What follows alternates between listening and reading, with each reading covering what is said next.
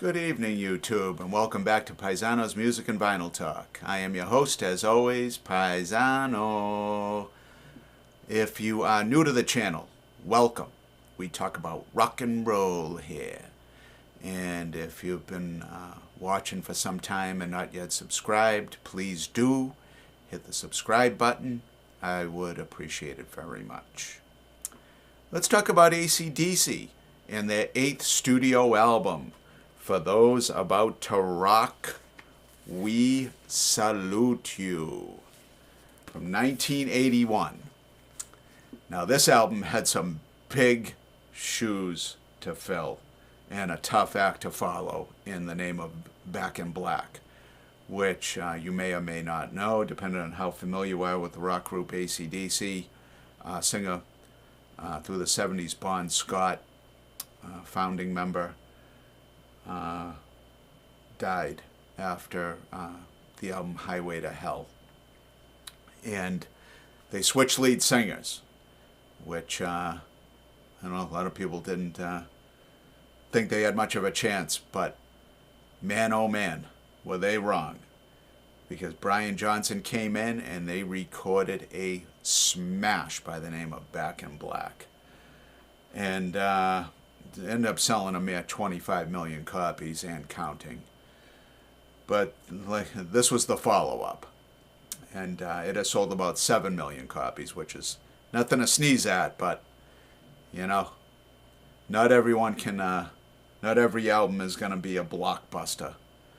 And this one was not a blockbuster, but it is a very good rock and roll album. It gets the best song out of the way, the title track, right off the bat on side one. And funny enough, I don't think it was ever used as a show opener.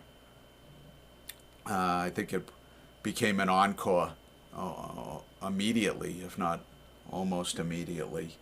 Great way to end the show with the cannons. In certain states, I know where I grew up in Massachusetts, they had a no fire rule for concerts, and they couldn't use the cannons. But if you went down to Rhode Island to the Providence Civic Center, they could use the cannons down there.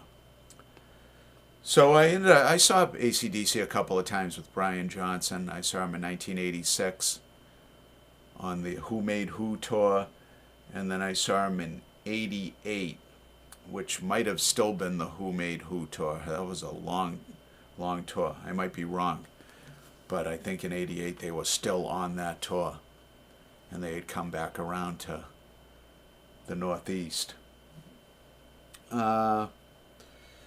This was the first AC/DC album to hit #1 on the Billboard album charts in 1981. Even Back in Black didn't do that. I don't know what kept that out of the top spot, because that album was just a monster from top to bottom. Pretty much the same group that made, I'm pretty sure, I don't think anybody left between Back in Black and this one. Pretty much the same cast of characters. Brian Johnson on lead vocals. The brothers Young, Malcolm and Angus on guitars. Cliff Williams on bass, Phil Rudd on drums. And it's a long album, 40 minutes, which is a pretty long album. They brought Mutt Lange back for production duties, which can never hurt you. And it's a good solid album. Doesn't have as many hits as Back in Black, that's for sure. And overall, it's not as good an album as Back in Black. But it's right up there in the AC/DC catalog for good albums. Let's go over the track listing. Starts off with For Those About to Rock, We Salute You.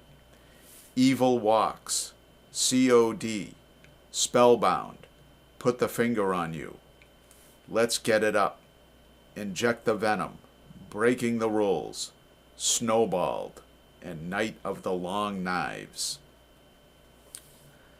Now, pretty much the only song you hear in the the classic rock stations from this album is the title track, For Those About to Rock, We Salute You.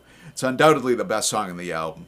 They start off with it, and everything else is, true AC/DC, true early 80s AC/DC. Great rock and roll record. And I got this from Rob at Cheap Thrills Records. I never owned this album before, not on cassette, not on CD. And I got a chance to pick it up for, check this out, $7.99. Says it's a first press. Played very well, no doubt. No doubt. $7.99 on vinyl. I could not pass it up, that's for sure.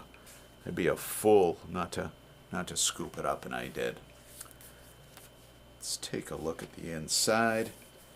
The band as they appeared. 1981 on stage. Great rock and roll group. No doubt, no doubt. Angus, one of the greatest yet underrated guitar gods of all time. A blues rock machine. And his brother Malcolm holding down the rhythm like no other. This came out on Atlantic. And this was a true Atlantic label, that's for sure. Doesn't get much more Atlantic than that. There you go. All right. I think that's all I have to say about this one. I want to thank you guys for tuning in. What will Paisano dig up next week? Tune in. Find out. Put the record back in here.